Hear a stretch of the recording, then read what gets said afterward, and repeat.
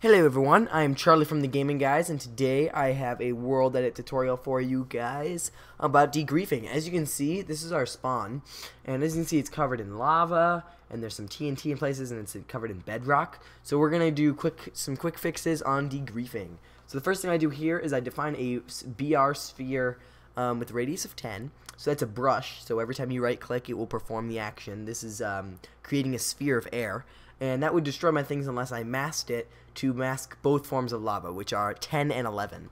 I also masked it to mask TNT and bedrock, and that means it will only make changes to those blocks. And as you can see, I'm going to speed past it because this entire thing was covered in lava, and it was about 20 minutes just getting rid of all the lava in the area and the TNT and the bedrock. So I just uncovered our spawn little statue area. Now I'm uncovering the Hall of Fame, just getting rid of the lava. Some redstone torches that I assume were used to activate TNT, which luckily did not go off successfully.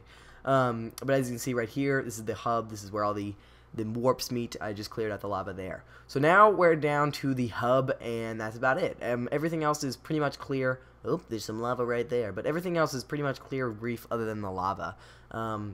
Lava griefers, for some reason, think they're causing a lot of harm, but with World Edit, it's really not harmful. It's the people who actually take out details that's harmful. Not that I'm giving griefing advice, though.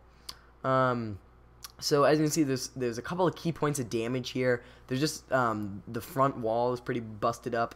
Right here I'm defining some cylinder spheres, some cylinder brushes, just to replace the stone into water because the lava created stone there that I didn't want.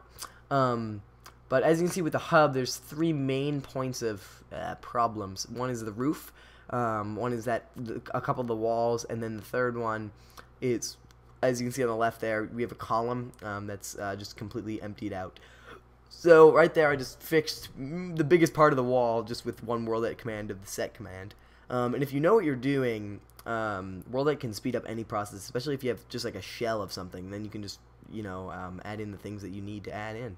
And luckily this build was symmetrical, and I actually had video of this build, which meant that I knew exactly what it looked like. But I took this time to make some tweaks to some of the things.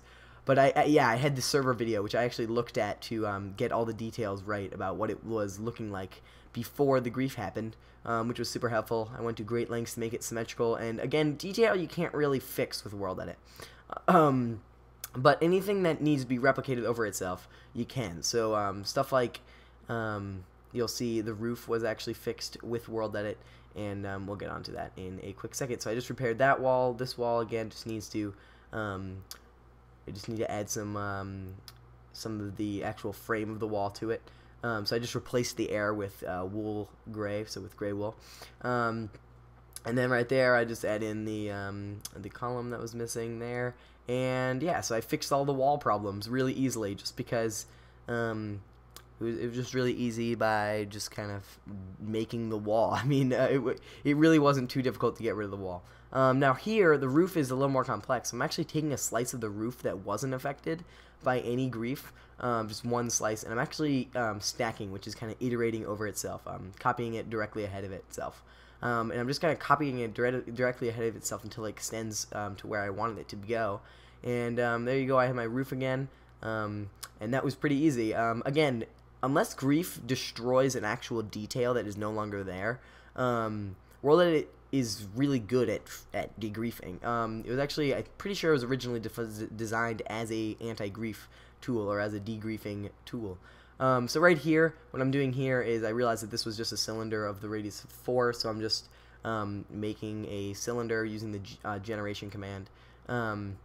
And so yeah, that was pretty simple to fix. I realized that they weren't actually symmetrical because the person who built this didn't actually build it with the standard circles in mind, just did it actually the way you would do a diamond, the way you'd engineer a diamond, so I had to change that.